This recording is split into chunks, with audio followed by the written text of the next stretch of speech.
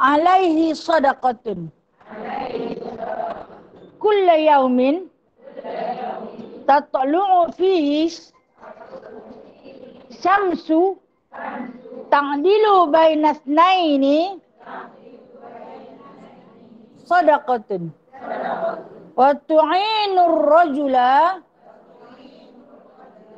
fi dabbatihi fatahmiluhu 'alaiha aw tarfa'u lahu 'alaiha mata'ahu sadaqatun wal kalimatu thayyibatu sadaqatun wa bikulli khatwatin tamsiha ila shalah sadaqatun wa tumitul adha anit tariq sadaqatun. Rawahul Bukhari wa Muslim. Baik, hari ini satu hadis masih lagi di dalam riwayat Imam Bukhari dan juga Imam Muslim. Perumpamaan seperti hadis-hadis yang 25 dan 24 masih menceritakan tentang bab sedekah. Nah, tapi berbeza sedekah hari ini, sedekah tak berkurang RM2. Sedekah yang tak mengeluarkan harta benda. Nah, hari ini dia masih lagi berkisahkan tentang sedekah. Kan bila sahabat-sahabat selalu mengungut kepada Rasulullah, kami rasa cemburu kepada sahabat yang kaya. Mereka semayang lagu kami semayang, mereka puasa macam kami puasa. Tapi mereka boleh memberi lebih daripada apa yang kami bagi. Kami tak boleh bagi macam mereka bagi. Sebab mereka berharta. Kan Rasulullah pesan kepada sahabat-sahabat tu, berzikirlah nak, subhanallah walhamdulillah wa la ilaha illallah wallahu akbar. Itu sedekah. Hari ni sambungan daripada hadis tersebut. Cara kita nak bersedekah, nak dapat pahala sedekah, tapi kita tak ada duit. Kita tak ada harta untuk kita bersedekah. Kita tengok nak hadis ini dibawa datang daripada Abi Hurairah. Kenapa Abi Hurairah yang cerita? Baik, kita tengok. Abi Hurairah ni semua sedia maklum dah. Nah, bukan nama dia yang betul ya nak. Nama dia yang sebenar ialah Abdurrahman bin Sakhra. Nah, Abdurrahman bin Sakhra. Kalau nak eja nama dia, Sakhra ni S-A-K-H-R-A-H. Sakhra. Abdurrahman bin Sakhra Ad-Dawsi. Abdurrahman bin Sakhra S-A-K-H-R-A-H. Cara eja nama bapa dia, Sakhra. Sakhra. S-A-K-H-R-A-H. Dapat tak? Itu nama sebenar dia nah. Yang kita semua tahu macam mana dia boleh dapat kunyah. Kunyah ni satu gelaran yang Rasulullah bagi dekat dia sebab dia paling suka kucing. Dia di antara sahabat yang banyak belah kucing. Walhal dia sendiri makan pun tak cukup. Nah. Dia sendiri pun mengharapkan belas ihsan daripada Rasulullah. Apa-apa yang orang sedekah, dia bolehlah tumpang. Tetapi oleh kerana dia tu sayang sangat kat kucing, setiap sedekah yang dia dapat, dia share lah dengan kucing-kucing dia. Lepas tu dia kata, tengok Abdul Rahman dia pasal itu dia tak gemuk. Dengan sebab dia makan untuk sajian tu untuk dia kena share dengan kucing dia. Kata Rasulullah, tapi dia punya kekuatan dalaman dia hebat dengan sebab dia minta doa pada Allah, pada Rasulullah. Bagilah kekuatan kepada aku melebihi 7 kekuatan laki-laki. Nah, pernah satu hari dia mai jumpa Rasulullah. Dia di antara sahabat yang terlewat masuk Islam. Dia masuk Islam tahun ke-7 Hijrah. Abu Hurairah ni nah. Sebelum dia Islam pun dia memang jenis sayang dekat kucing. Tak kira lah apa bangsa pun. Kalau yang Allah Ta'ala campakkan rasa belas ihsan pada binatang, dia sayang teruk. Nah, dia berjumpa dengan Rasulullah SAW. Dia kata kepada Rasulullah, ya Muhammad, aku telah menerima hidayah tentang Islam. Di Madinah lah masa ni tahun ke-7 Hijrah. Tapi dia kata, aku ada seorang mak. Aku sayang sangat-sangat dekat mak aku ni. Aku pohon padamu ya Muhammad, doa yang dimakbulkan. Mintalah pada Allah agar dibukakan pintu hati ibuku mahu menerima Islam. Supaya aku dapat masuk ke syurga bersama dengan mak aku. Dia minta kepada Rasulullah suruh berdoa. Lepas tu Rasulullah kata, mak hang ni sombong sikit. Mak Abu Hurairah ni cengih. Nah, dia suka marah dekat orang. Dia tak boleh lebih kurang. Kalau orang tegur dia ni, dia selalu melenting. Di antara teguran yang diberi kepada dia, dia akan cepat marah. Dia suka pakai kasut orang. Masa tu, memang susah kasut. Nah, lah ni kita tak kisah, lah ni kita banyak kasut. Nah. Masa tu susah kasut. Kalau hilang-hilang, mungkin seumur hidup tak dapat kasut dah. Nah. Macam kita hilang, kita boleh cari lain. Di stok di rumah pun ada, duit pun ada, kita boleh singgah beli di kedai. Zaman Rasulullah dulu kalau hilang terus. Mungkin sampai mati tak dapat dah. Kecuali kalau yang benar-benar berkemampuan. Dia pernah beli kasut ke, dia pernah makan. Ha? Dan kasut zaman Rasulullah dulu, dia tak beli, dia buat sendiri, jahit. Jahit. Itu pun orang yang ada kemampuan bolehlah jahit. Ha? Yang tak ada kemampuan, dia nak pergi cari tang mana. Kulit-kulit kayu ataupun kulit-kulit binatang. Nah, semua pakai mak kulit binatang waktu tu amat berharga. Jadi, ibu kepada Abu Hurairah ni ataupun Abdul Rahman bin Sakhra ni, dia ni suka pakai kasut orang sebab dia tak ada kasut. Dia tak ada kasut. Dia pergi di rumah orang atau dia tak masuk pun dalam rumah orang. Dia tengok ada kasut depan pintu, dia pakai terus ke dia. Bila orang kata, ni tak ada lain lah. Kalau kasut hilang, cari mak dia. Bila orang pergi ambil balik, dia marah. Dia marah. Nah, tak boleh marah lah. Kita dah curi kasut orang kan. Bila orang ambil balik, tak boleh marah lah. Jadi, dia kira di antara orang yang banyak dosa lah. Orang meluat lah. Orang benci. Pencuri ni orang meluat kan. Kemudian, Abu Hurairah ni dia tak tahu nak buat macam mana lah dekat mak dia ni. Dia dah bagi tahu dah kat mak dia. Mak tak apa, kita miskin. Tak ada baju, tak ada kasut, tak apa. Kita jangan curi hak orang. Siapa kata? Lagu tu lah kan mak ni bila dia rasa dia pandai sikit dia anak dia tu. Siapa kata? Dia kata Rasulullah kata. Siapa kata Muhammad tu Rasulullah? Rasulullah ni masuk utusan Allah lah. Siapa kata Muhammad tu Rasulullah? Dia kata. Dia kata, jomlah kita masuk agama Muhammad, mak akan tahu betapa indahnya hidup dalam beragama ni. Lepas tu mak dia kata, aku tak mau. Dia kata, macam-macam nak kena buat kalau masuk Islam ni, dia kata. Aku tengok dia semayang tak berhenti, dia kata. Lepas tu ada satu bulan tu dia pun kena puasa sampai 30 hari, dia tak mau. Jadi Abu Hurairah ni rasa sedih dia ingat, sebab dia sayang dekat mak dia. Jadi dia jumpa dengan Rasulullah, dia kata, ya Rasulullah, tolong saya doa untuk ibu aku, dia kata, agar dia mau masuk Islam. Lepas tu kan Rasulullah pun berdoa depan-depan dia, depan-depan sahabat lagu ni.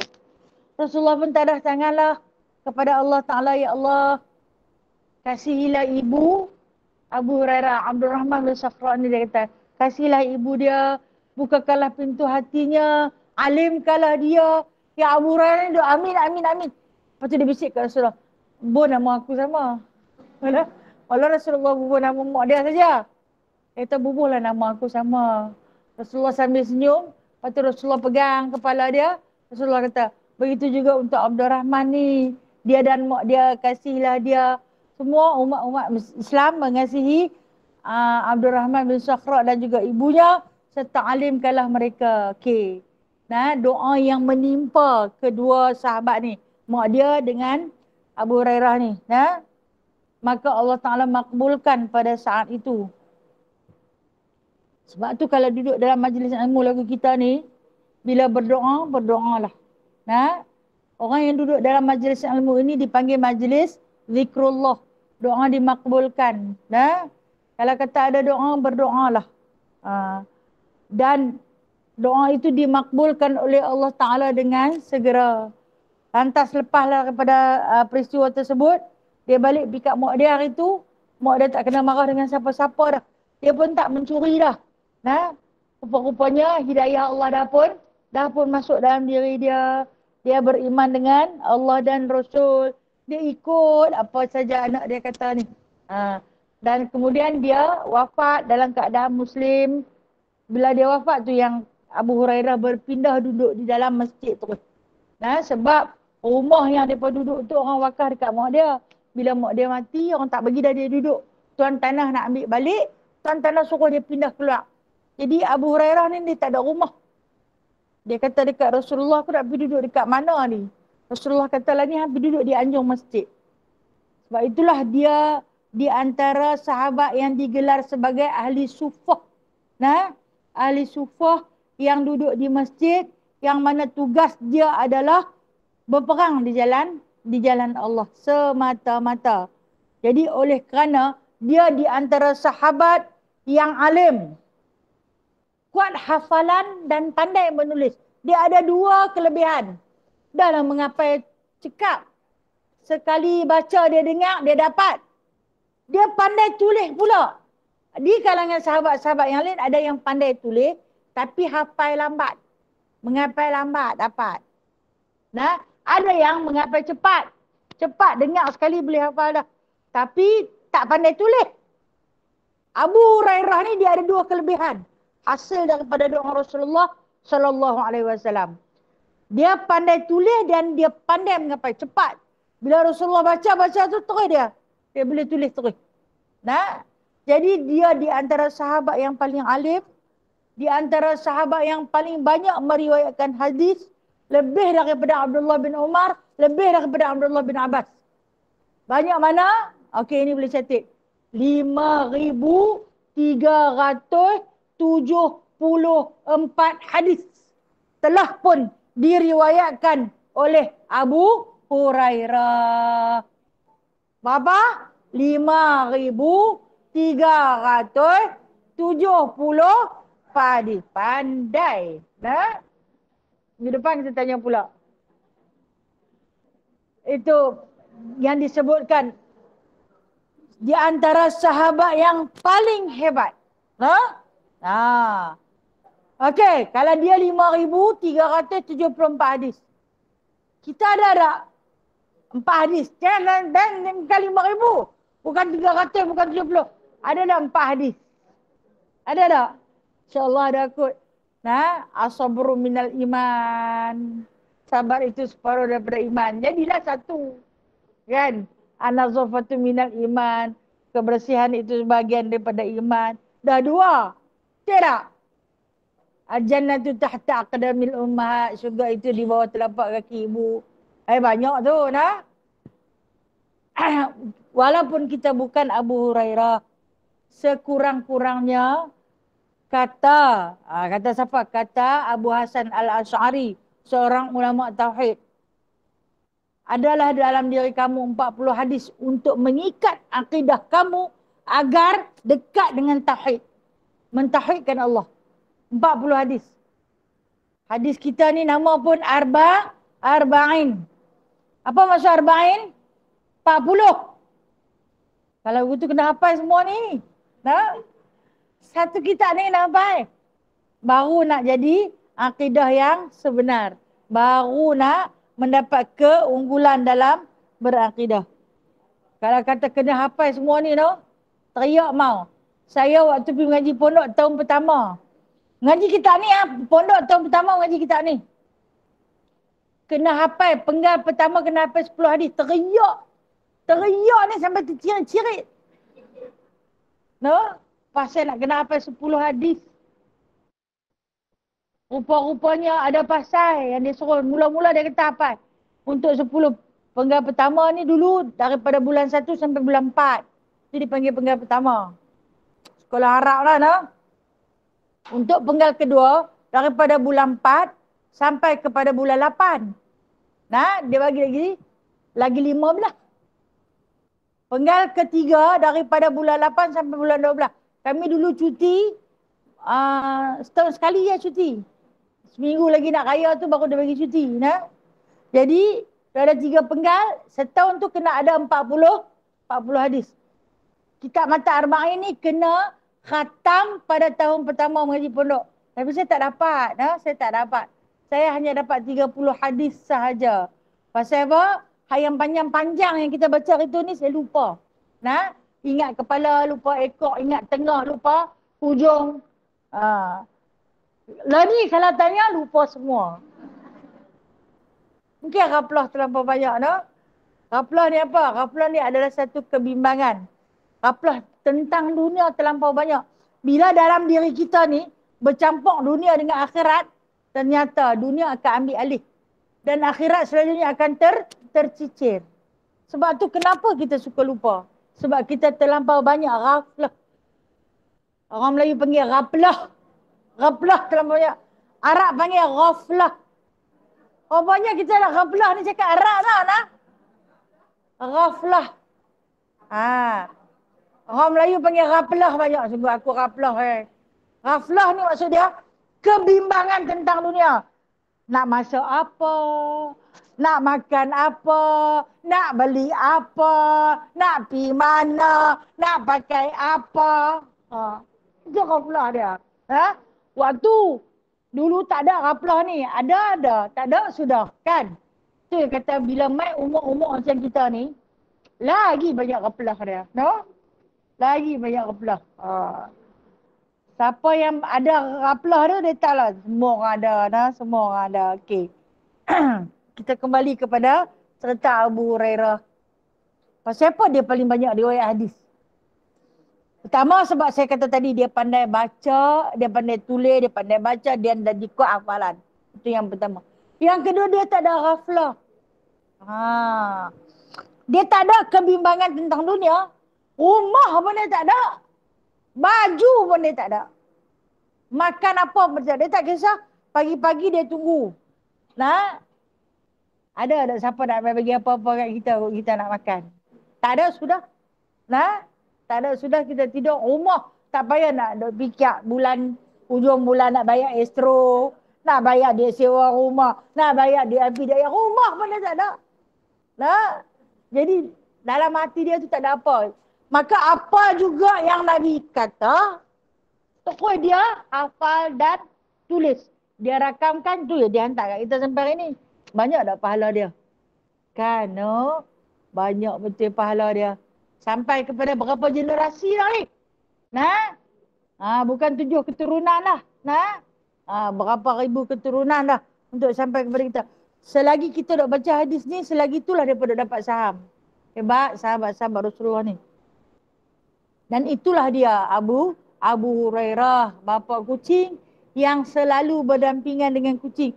Nabi kata, kucing kan jenis berak, kencing. Tak kerti nak, atok ni, nah. Biasalah bila orang belah kucing, hanya orang belah kucing je tahu. Rumah dia nanti busuk kucing kan. Jadi sahabat-sahabat lain marah. Jangan bagi dia bawa masuk dalam masjid. Masjid Rasulullah dulu, lantai ni tanah juga. Jadi dia kata, tak apa dia korek-korek. Berak dalam tu, dia kambil balik, tak boleh lah. Kami sujud dah berbau. Nah? Jadi Rasulullah bagi nasihat dekat dia. Nah? Menyayangi binatang adalah satu daripada rahmat dan pahala. Tapi janganlah sampai mengganggu hak kejiranan. Jangan sampai ganggu hak kejiranan. Jadi kalau jiran sebelah sampai nak sujud pun tak boleh. Duk busuk tak kucing. Dosa. Dia jadi dosa balik. Itulah Rasulullah ni. Di samping dia menyokong perbuatan para sahabat, dia juga mentarbiah dengan secara halus. Nak abang. Kak Hang, dia kata, wahai Abdul Rahman, jangan buat macam tu, dia kata. Aku sayang sangat dekat kucing ni. Itulah Rasulullah panggil dia Abu Hurairah. Bapa pada segala kucing. Okey, itu baru cerita tentang dia. Kita nak tengok apa kata hadis ni, nah? Kata Abu Hurairah, aku dengar dia kata Rasulullah sallallahu alaihi wasallam telah bersabda, kullu sulama minan nas. Pada setiap sulama ni maksud dia ruas. Nah, ruas anggota manusia itu ada sedekahnya. Pada setiap ruas anggota. Okey, ruas sendi. Tulis itu sulama ni kalau dalam bahasa Arab maksudnya sendi. Sendi. Maka ulama-ulama muhaddisin, ulama-ulama hadis telah pun membicarakan nak cerita tentang sendi. Sendi yang ada pada manusia ini dikira sebanyak 360 sendi. Rupanya ada dekat kita ni 360 sendi. Ni kena tanya para doktor. Mereka boleh mengesahkan. Tapi ulama-ulama terdahulu dah kata, kalau nak dikira satu persatu sendi yang wujud pada tubuh manusia, sebab disebut di sini sulama minan nas. Ruas-ruas yang terdapat pada manusia itu ada 360. Kalau kita kira di sini sendi kita pun 33 lah sebelah ni ada 33, sebelah ni 33 dan 66 dah. Ni baru dua belah ni. Tu tak kira lagi sendi sini, sendi sini, sendi sini. Tak kira lagi yang di tulang belakang kita tu berapa. Kan? Jadi kata Rasulullah ni dia tak mengaji bab kedoktoran, tapi Allah Ta'ala ilhamkan ilmu pengetahuan kepada baginda. Maka baginda pun bagi tahu kepada kita. Berkongsi pahala dengan kita. Pada tubuh kita ini, pada setiap ruas sulama ni, ruas ataupun sendi kita ini, ada sedekah. Ada sedekah.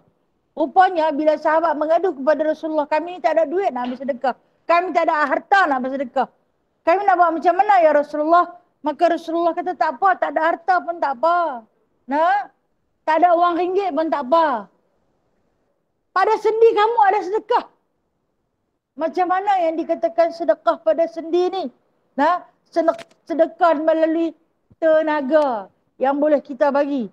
Macam mana? Okey, dia bagi tahu di sini Dia kata, pada setiap hari yang terbit padanya matahari, engkau berbuat adil di antara dua orang adalah sedekah. Tiap hari. Tiap hari terbit matahari ataupun sebelum terbit matahari. Kita bangun, kita bersolat. Kita gerak satu tubuh badan kita ni. Kaki yang jalan, badan tak bergerak. Gerak semua lah kan. Bila kita membongkok, sendi-sendi yang terdapat pada tulang belakang ambil peranan, tidak? Kita tegak dan ambil peranan, kita duduk. Tangan kaki kita bergerak sampai berus gigi, bak gigi, tonyo, gosok tu. Semua sendi kita bergerak kan? Kita di dalam proses melakukan tugas, menghadap dengan Allah, sujud pada Allah. Itu adalah sendi, pergerakan sendi kita. Rupa-rupanya itu adalah pahala sedekah. Waktu sendi kita dok bergerak nak buat baik ni, nak menghadap dengan Allah, kita nak kena pergi ambil wuduk. Bila dah bangkit tidur, ambil wuduk, kena gosok gigi. Rupanya kita dok ambil berus gigi, ubat gigi tu kita dok buat pahala sedekah.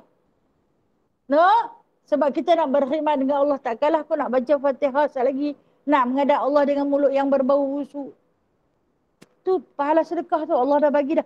Dah dikira khidmat tu untuk diri kita sendiri. Sendi ni kita berkhidmat untuk diri kita sendiri dan pahala Allah bagi pula. Padahal kita buat untuk diri kita, Allah bagi lagi dekat kita. Kemudian dia bagi lagi pahala solat pula. Pemurah dah Allah ni, pemurah sangat. Baik dah Allah, Allah maha baik. Allah maha baik.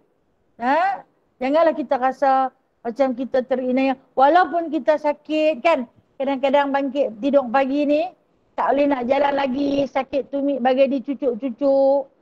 Kan, bila berdiri sat, kemudian baru boleh tak langkah. Tapi boleh jalan tak? Masih boleh berjalan. Sendi masih boleh bergerak. Itu pahala sedekah yang kita peroleh. Kita keluar mai, kita pakai telekong, kita siap tubuh badan kita. Kita menghadap dengan Allah. Nak bagi cantik sikit lagi pakej kita, bubuhlah minyak wangi. Jangan nak keluar pergi sembahyang di masjid je berminyak wangi. Sembahyang seorang-seorang tu sunat sangat-sangat. Sunat yang dituntut untuk perempuan memakai bau-bauan ketika bersolat dalam rumah. Ni dalam rumah biar dia hapak pergi lah. Dia kata tak apa. Kan siapa nak cium? Dia tak tahu malaikat dah ada keliling dia. Malaikat suka kepada wangi-wangian. Kita kena tahu. Syaitan suka kepada hak busuk-busuk tu. Jadi, kita bubuh banyak-banyak minyak wangi. Janganlah sampai jurus pula sekali lagi dah. Sebab apa? nak jemput para malaikat beribadah bersama-sama dengan kita agar sembahyang lebih khusyuk. Nah, dalam ibadah itu adanya sedekah. Setiap pergerakan kita.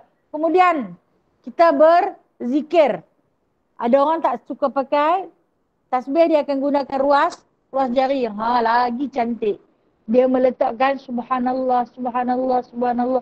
Dia kira pula tiap-tiap sendi kiri kanan. Kan satu ni ada 7. Nah, satu ni ada 7. Bila 5 ni dia jadi 33. Dia kira. Bahagianya sendi-sendi ni. Bila menimpa setiap kalamullah. Lepas subhanallah, alhamdulillah pula. Dia sentuh. Bahagianya sendi-sendi ni. Lepas, alhamdulillah, Allahu Akbar. Dia sentuh. Bahagia tak? Bahagia sendi tu. Dapat pahala. Pahala apa kata Rasulullah? Pahala sedekah. Adakah Rasulullah berdusta? Tidak, mustahil sifat Rasul itu berdusta. Maka Rasulullah itu benar belaka. Mudah dah dapat pahala sedekah? Mudah sangatlah. Sebenarnya kita tak tahu. Nah, hari ni yang selama ni kita buat adalah pahala sedekah. Terima kasih Allah. Kemudian dia kata, engkau berbuat adil di antara 2 orang adalah sedekah. Maksud dia macam mana? 2 orang yang bergaduh. Bermasam muka di antara 2 orang. Kita duduk di tengah-tengah. Kita nak jadi pengadil lah. Ketika ini, kata ulama fiqh, kita diharuskan berbohong. Untuk nak bagi si A dengan si C ni berbaik balik. Kita jadi B kat tengah-tengah tu. A dengan C bergaduh. Kemudian kita nak bagi dua-dua ni berbaik. Kita yang duduk tengah-tengah ni diharuskan berdusta. Berbohong untuk bagi dia ni baik balik. Contohnya, dia kirim salam dekat hang. Awak kan? Pasal apa? Kirim salam dekat aku. Taklah, dia kata dia lama tak sembang dengan hang. Dia hampa kan duk baik 2 orang dulu. Kita berbohong lah bu. Dia rasa tak senang duduk tak ada orang, sunyi hidup dia. Dia kawan tu tak kata apa pun. Kita jadi orang tengah ni diharuskan dusta. Jangan lebih-lebih sangat. Melampau kot. Jadi memadailah dengan berkirim salam. Tak lagi pergi dekat kau ni kata pula, mungkin boleh ulang ucapan yang sama. Kalau macam tu berbaiklah. Aku rasa lebih baiklah hampa berbaik-baik. Benda sikit je kot. Yang ni dah, dia yang di tengah tu, tukang tuang minyak. Yang ni ialah dipanggil pelesik lintah bayam. Betul ya? Saya sebut. Salam 2 muka. Munafik, kata Rasulullah. Orang yang munafik, yang mengadu domba. Dia dua-dua belah dia makan. Yang mereka kata, mujuklah ada hang.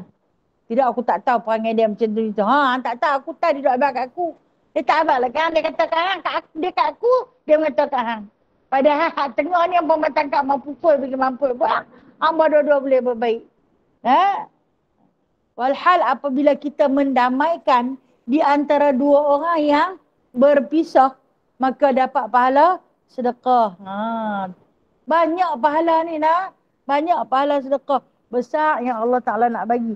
Ini kalau tadi cerita ruas jari ni, ruas tubuh badan yang kita guna ni untuk diri kita. Tapi yang ni difokuskan untuk manfaat kepada orang lain. Kita gunakan anggota kita, kita gunakan lidah kita, kita gunakan mata dan telinga kita untuk mendamaikan 2 orang yang bergaduh. Dapat pahala sedekah. Bawa duit dah, tak payah bawa gulak. Belanja harta dah, tak payah belanja harta. Hanya sekadar melakukan tindakan yang baik di antara 2 orang yang bergaduh, maka dapat pahala sedekah. Itu manfaat pada orang lain. Engkau menolong seseorang lelaki yang hendak naik kenderaannya dengan mengangkat barangnya ke atasnya juga adalah sedekah. Walaupun di sini disebut sebagai rajula, laki-laki. Kita janganlah kata hadis tu kata laki-laki. Tak kena tolong lelaki je lah bawa barang. Perempuan tak payah tolong. Tak, dia nak abang di sini. Kenapa disebutkan dalam hadis ni lelaki? Sebab zaman Rasulullah dulu yang keluar daripada rumah adalah lelaki. Perempuan duduk di rumah. Tapi zaman kita lah ni, perempuan banyak keluar rumah tu. Kalau pergi kedai pun perempuan disuruh lelaki pergi kedai. Dia takak-takak beli 2 barang balik, dia lupa. Tidak boleh tak mau pergi kedai. Jadi perempuan yang kena pergi kedai. Nah, orang lelaki lah ni dia malas nak pergi kedai. Dia kata, sat lagi dia pergi, kita suruh dia pergi beli kacang bendi. Berapa? RM3. Dia nak tidur. Kacang bendi RM3. Bawa balik main keras cedung. Lahiran tak? Tak putih kita marah. Awak tak pilih elok-elok sikit, mana aku tahu. Itulah aku kata ambil sendiri, yang tak mau suruh aku pergi. Dia balik main tak apa nak bersenonoh. Dia tak pilih, kan? Jadi zaman kita hari ni perempuan pergi kedai, no? Maka hadis ini, walaupun dia sebut lelaki, boleh dikembalikan juga kepada perempuan.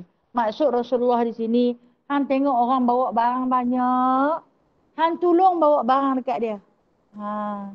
Kena bawa keluar tak RM2 harta benda, tak payah bawa keluar. Nah, keluarkan sedikit tenaga saja. Masyad, amboi banyaknya beg, mai nak tolong bawa. Jari ni ada beg, jari ni ada beg, dia ni sampai kerekau jari-jari punya bawa pasti. Mai sini nak bawa setengah. Dapat pahala nah. Dapat pahala sedekah. Jangan kau tu pula ambil kesempatan, tak apa beli banyak-banyak, saya suruh dia bawa. Siapa nak pahala sedekah, mai bawa beg aku. Nah. Jangan berkira. Jangan berkira pada muka dia. Siapa suruh dia beli banyak-banyak. Suruh dia heret sendiri. Rupanya di situ adanya pahala. Adanya pahala sedekah. Sehingga kan, kata Nabi SAW, kita tolong muat dia bawa balik pun dapat pahala sedekah. Kalau dalam hadis Rasulullah ni dia kata, tolong dia naik kenderaan. Dah barang dia banyak, hantar pergi sampai kenderaan, dia nak naik unta. Serta dalam hadis ni lelaki yang bawa barang banyak, dia nak naik atas unta. Dah lah digantung kat unta, dia nak naik tak boleh. Sempit, barang penuh. Hang tolong tak angkat dia. Masa dulu nak angkat, kena suar tengkuk. Suar tengkuk ataupun tangan untuk dipijak agar kau boleh naik. Oh, ini sudah melampau, dah aku bawa barang hang, bagi pula hang pijak kepala aku dan lain. Rupa-rupanya kata Rasulullah, ada pahala sedekah. Okey, kita lah ni alhamdulillah tak payah dia nak pijak kepala kita. Ajaklah dia naik kereta sekali dengan kita. Mainlah nak muat. Dia kata ni barang saya banyak. Tak apa, main nak tolong banyak sangat barang ni. Muat dia. Dapat pahala sedekah. Atau saja kita bawa dia. Bawa dia naik motor. Atau kita ada basikal je. Kayu basikal. Aku nak carry hang, tak larat nak kayu. Main sini beg kita tu nak bawa. Hang dapat pahala sedekah. Pada sendi kita ada memusing kayu basikal tu. Ada pahala sedekah. Senang lah nak dapat pahala sedekah. Kena buat kelam modal tak? Tak payah. Tak payah.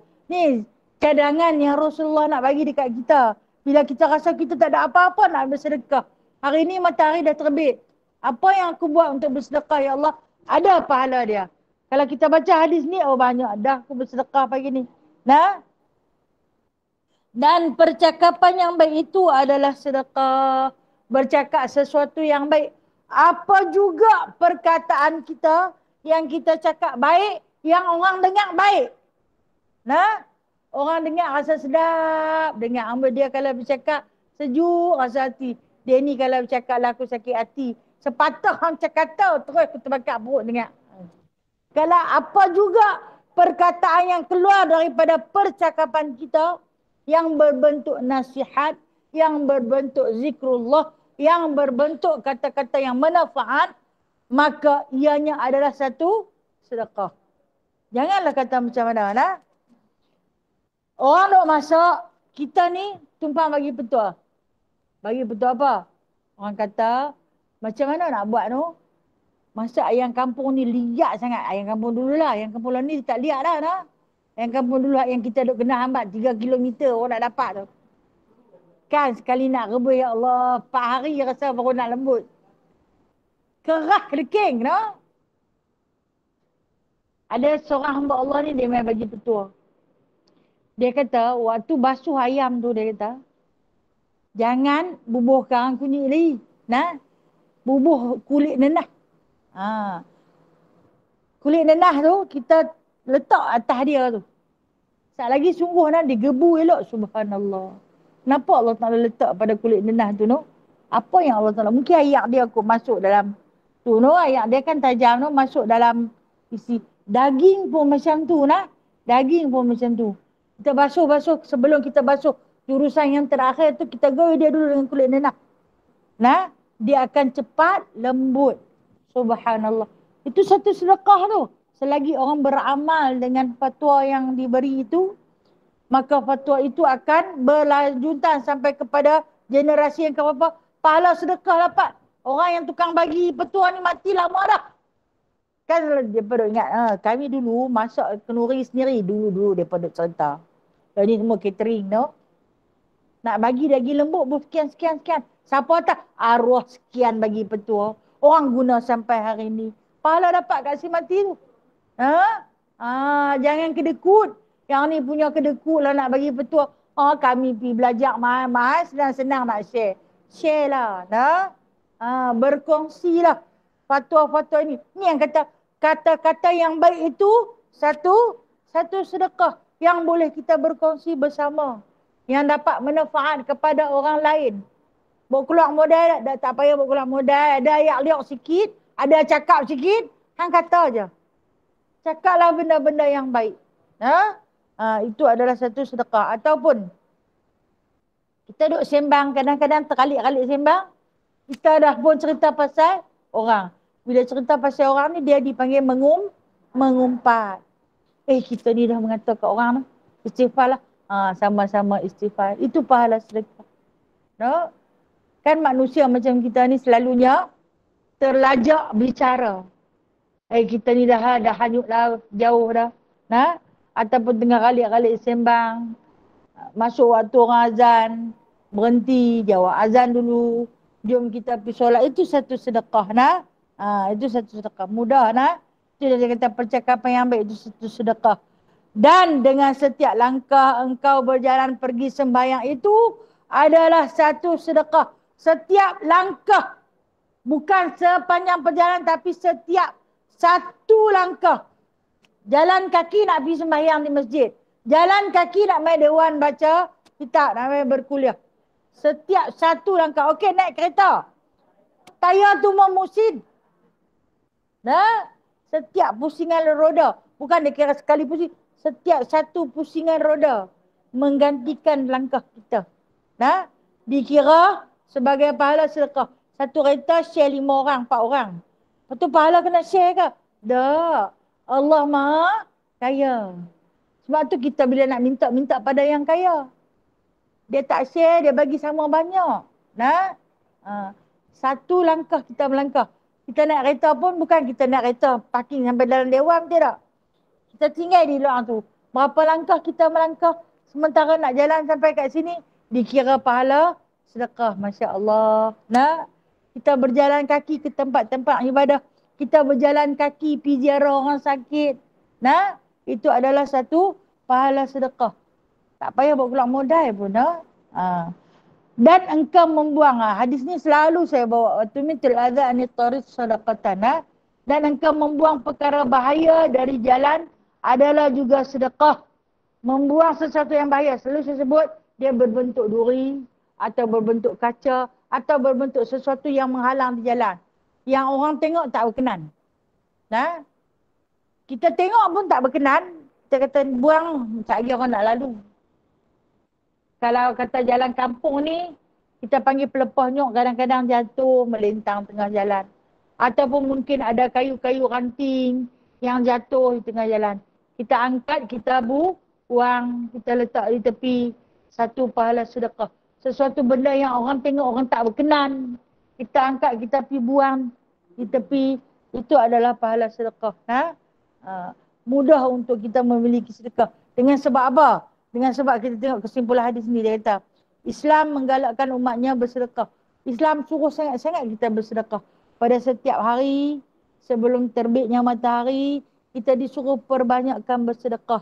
Apabila tidak ada apa-apa harta untuk kita bersedekah, maka gunakanlah sulama. Apa dia? Anggota tubuh badan. Untuk kita bersedekah. Ataupun kita boleh gunakan percakapan kita. Bagi salam. Bagi salam adalah satu sedekah. Kita dengar orang bersin. Jawab bersin dia.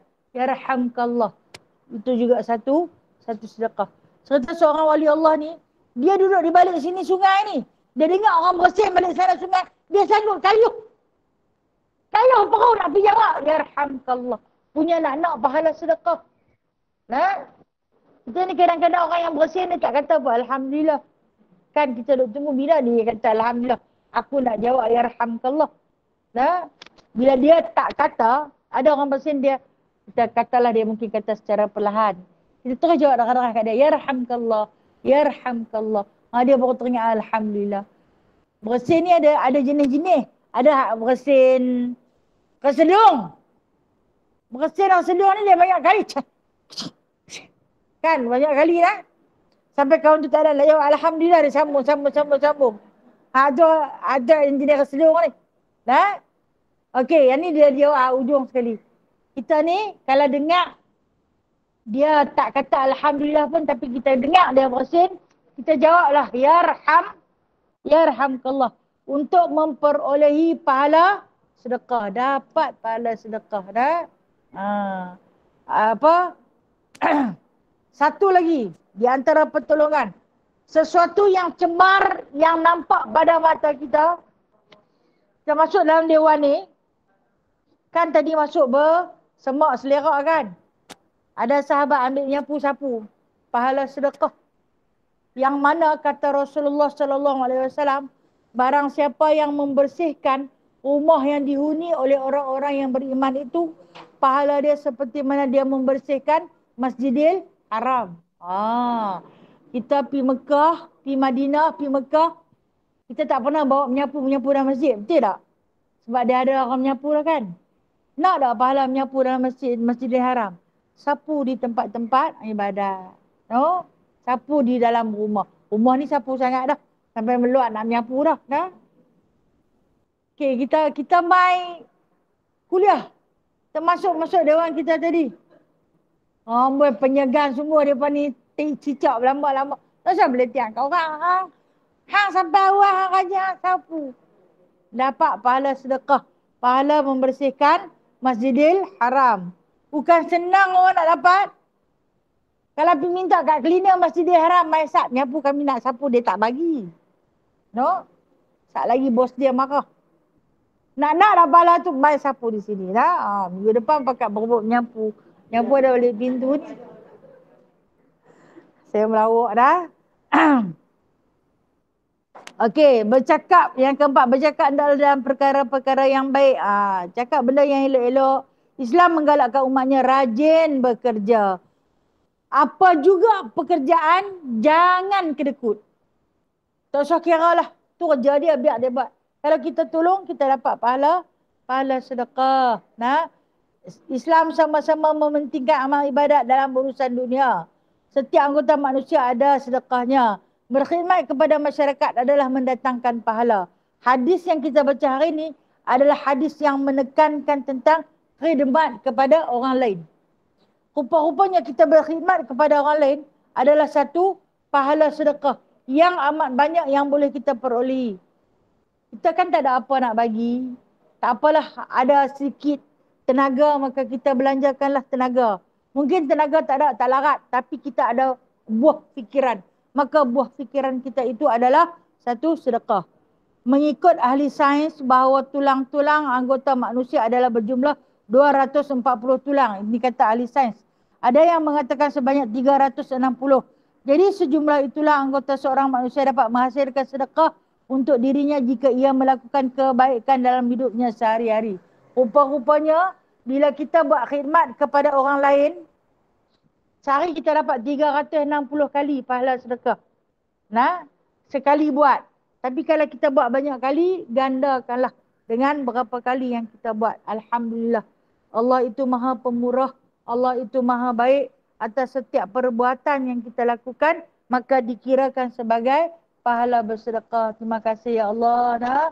Terima kasih sebab Allah Ta'ala telah pun memberi keinginan kepada kita untuk mendalami hadis yang ke-26 ni. Banyak sungguh manfaat yang kita tak tahu terdapat pada anggota-anggota kita. Bahkan kita potong kuku pun dapat pahala sedekah no. Tapi atas niat lah nak aku potong kuku ni sebab aku nak semayang. Tak mau ada cemar di bawah kuku ni kotok-kotok. Dapat pahala sedekah. Pada setiap kita kapit kuku tu.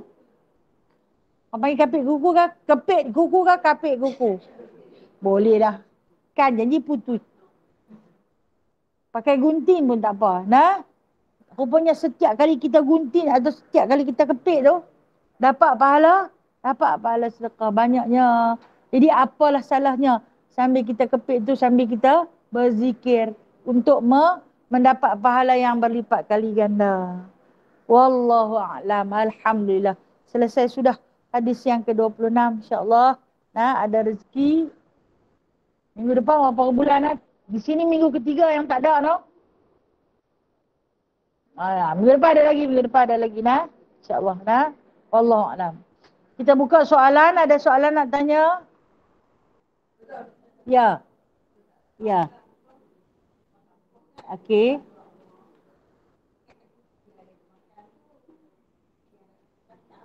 Okey.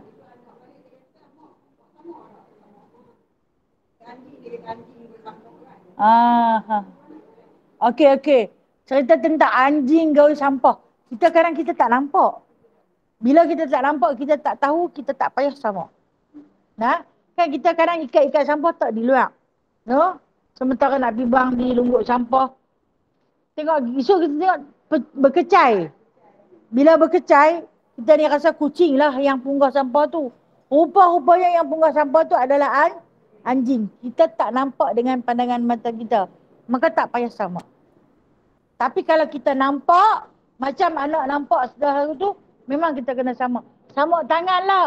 Bukan pergi sama sampah tu. Dah? Ya. Tapi bila dah kita tak nampak, tak apa. Dia tak nampak ain najis tu. Nah? Bila tak nampak, tak apa.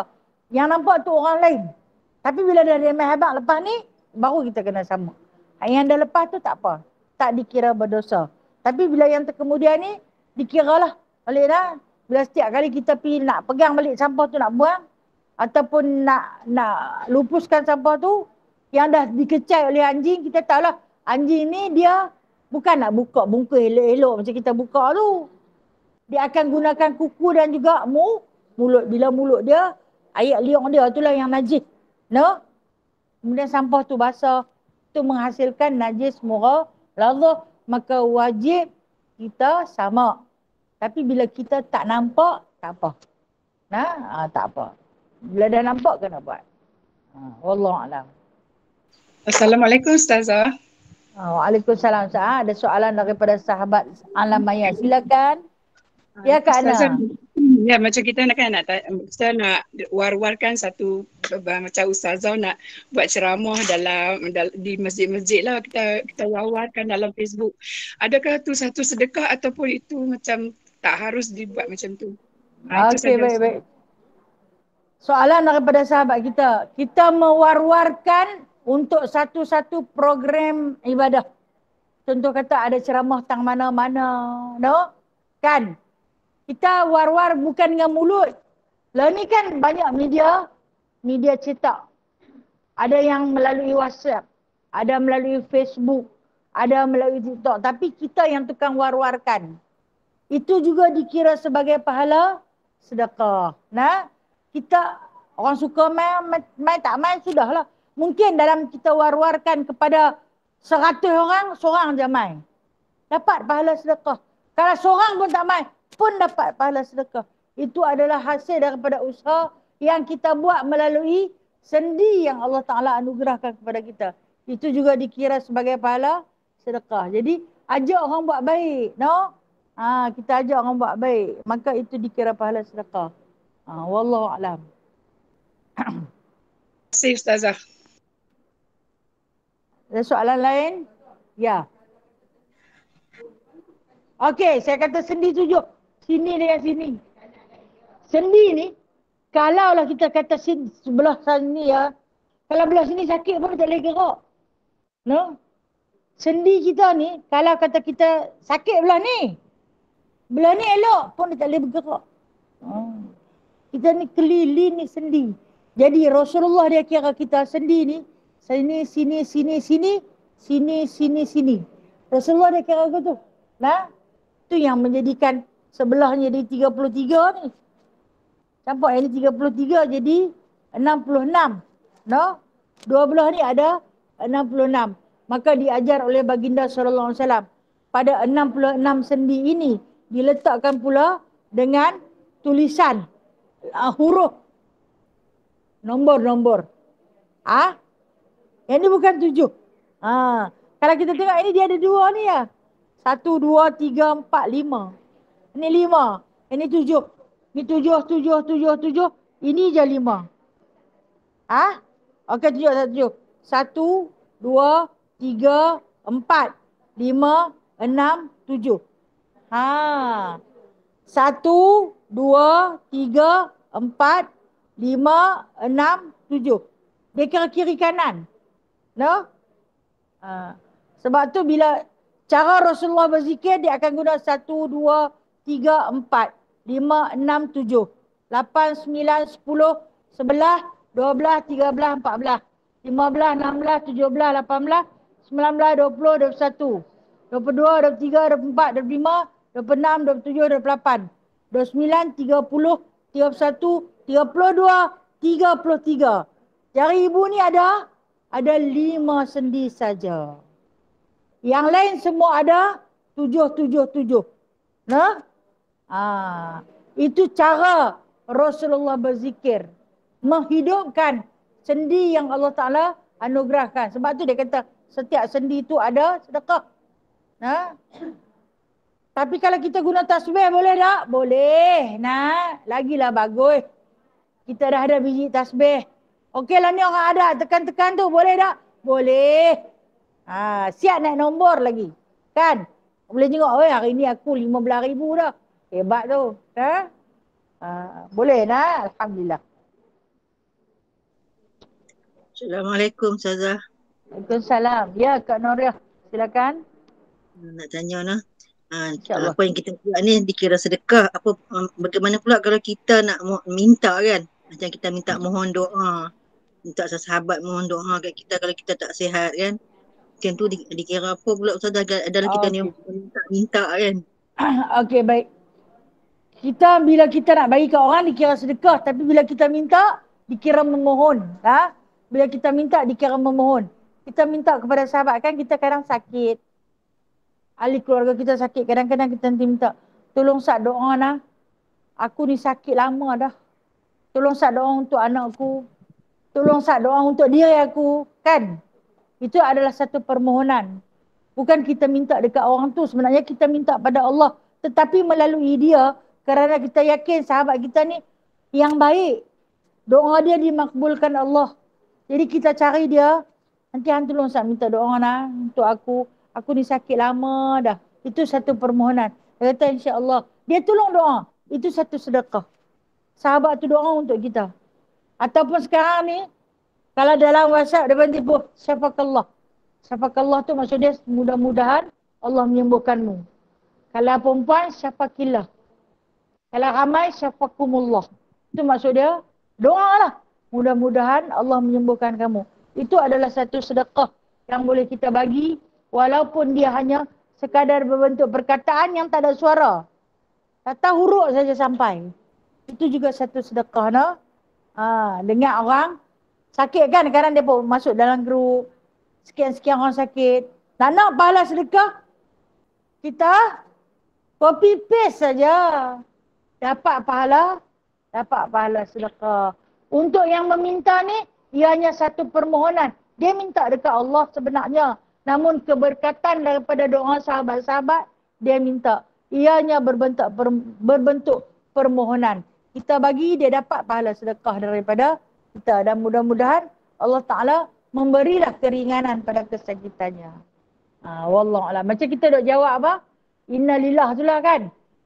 Kadang-kadang tu, my birthday. Pakak ucap birthday lah kalau ada 250 orang. Adakah salah? Tak salah. No? Tak salah. Doa. Lepas pakak bagi doa. Itu adalah satu pahala sedekah. Cuma setengah orang dia meluat tengok. Meluat tak usah tengok. Kan? Wallahualam. Ya, Ustazah satu lagi nah. Kalau kita menyapu kat rumah kita kan, ada yang bagi tahu lah. Kalau sambil menyapu, kita baca subhanallah walhamdulillah la ilaha illallah wallahu akbar. Kita dapat pahala umpama kita sapu Masjidil Batu Haram. Betul kan? Ya betul. Ya betul-betul. Nah, itu ada dalam kitab nah. Membersihkan rumah tangga sambil kita berzikir nah. Pahala dia seperti mana membersihkan Masjidil Haram. Memang ada dalam kitab. Kitab Jauhar. InsyaAllah. Nah. Ada soalan lain? Baik Ustazah, terima kasih. Assalamualaikum warahmatullahi wabarakatuh. Pergi umrah dapat umrah makbul. Okay. Mabrur. Okey. Apa maksud mabrur? Mabrur ni yang terbaik dan diterima. Okey. Haji pun mabrur. Umrah pun mabrur. Boleh tak kita sebut? Boleh lah. Itu satu doa. Semoga memperolehi umrah yang mabrur. Maksud dia yang baik lagi diterima. Itu satu doa tu.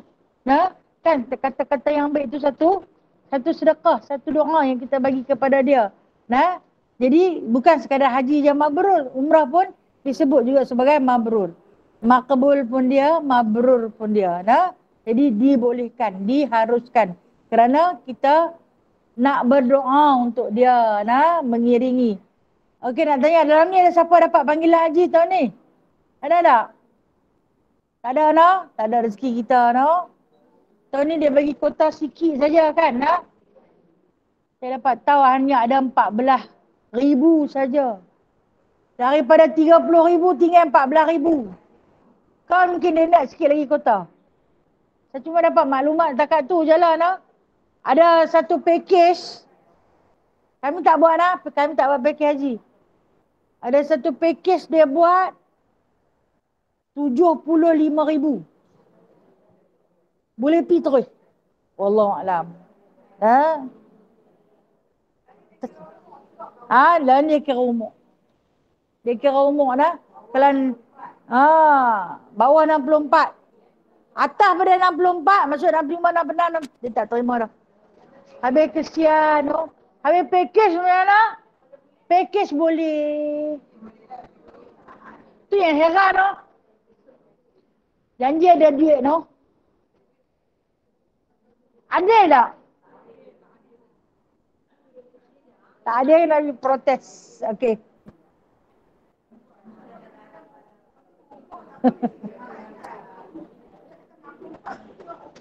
Nampak sihat lagi rasanya. Boleh lah. Boleh.